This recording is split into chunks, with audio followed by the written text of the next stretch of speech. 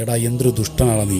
കണ്ണ് നമ്മളോട് സംസാരിക്കണം, നമുക്കത് മനസ്സിലാവില്ല. എന്താ പറയുന്നത്? ഈ കണ്ണ് പറയട്ടെ നമ്മളോട്, നീ ഒരുപാട് കാഴ്ചകൾ എനിക്ക് കാണിച്ചു തന്നില്ലേ, പലതും കാണിച്ചു തന്നില്ലേ, അള്ളാഹ്ക്ക് പൊരുത്തമുള്ളതും ഇല്ലാത്തതൊക്കെ. ഒരു തവണ പോലും ഹബീബിനെ നീ കാണിച്ചു തന്നില്ലല്ലോടാ, നീ എന്തൊരു ദുഷ്ടനാടാന്ന് കണ്ണ് നമ്മളോട് പറയുന്നത് നമുക്കത് മനസ്സിലാവാത്തോണ്ടാ. ചെവി പറയുന്നുണ്ട്, എത്രയോ ഹറാമായതും ഹലാലായതുമായ സൗണ്ട് നീ കേൾപ്പിച്ചു തന്നിട്ടുണ്ട്. ഒരിക്കൽ പോലും മുത്തുനബി സല്ലല്ലാഹു അലൈഹി വസല്ലം തങ്ങളുടെ ആ ഒരു സൗണ്ട് നീ കേൾപ്പിച്ച് തന്നില്ലല്ലോ എന്ന് ചെവി സംസാരിക്കുന്നുണ്ട്.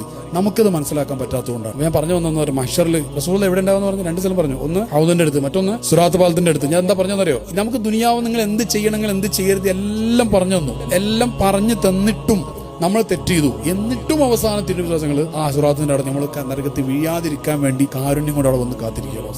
നമ്മൾ എത്ര തെറ്റ് ചെയ്തവരാണ് ശരിക്കും. ഞാൻ നേരത്തെ പറഞ്ഞേ, ഒരാൾക്ക് ഒരു കാമുകി അയാളോട് പറഞ്ഞു ഇന്ന് കളിക്കാൻ പോകണ്ട, ഒരാൾ കളിക്കാൻ പോകില്ല. കാമുകിനോടുള്ള ഇഷ്ടമാണ് വലുത്. അതേപോലെ റസൂലുള്ളാഹിനോട് ഇഷ്ടം വലുതായി കഴിഞ്ഞാൽ റസൂലുള്ളാഹി ചെയ്യരുതൊന്നും ചെയ്യൂല. അപ്പൊ ഇഷ്ടമില്ലാത്തവന് തെറ്റ് ചെയ്യുന്നത് മനസ്സിലായില്ലേ? മൂന്നാമത് റസൂലുള്ളാഹിനോട് ചോദിച്ചു, നിങ്ങൾ അവിടെ ഇല്ലെങ്കിൽ പിന്നെ എവിടെ ഉണ്ടാവാ? അപ്പൊ പറഞ്ഞു, മീസാന്റെ തുലാസ് ഉണ്ടല്ലോ, മീസാൻ, ആ മീസാൻ തുലാസ് തൂക്കുന്ന സമയത്ത് ഞാൻ അവിടെ ഉണ്ടാവും എന്ന് പറഞ്ഞു. മഹ്ശറിൽ സഹോദരങ്ങളെ ആർക്കും രക്ഷപ്പെടുത്താൻ കഴിയില്ല, ഒരൊറ്റ ആൾക്ക് അവിടെ രക്ഷപ്പെടുത്താൻ കഴിയുള്ളൂ. അത് മുത്തുനബി സ്വല്ലല്ലാഹു അലൈഹി വസല്ലം തങ്ങൾക്കാണ്.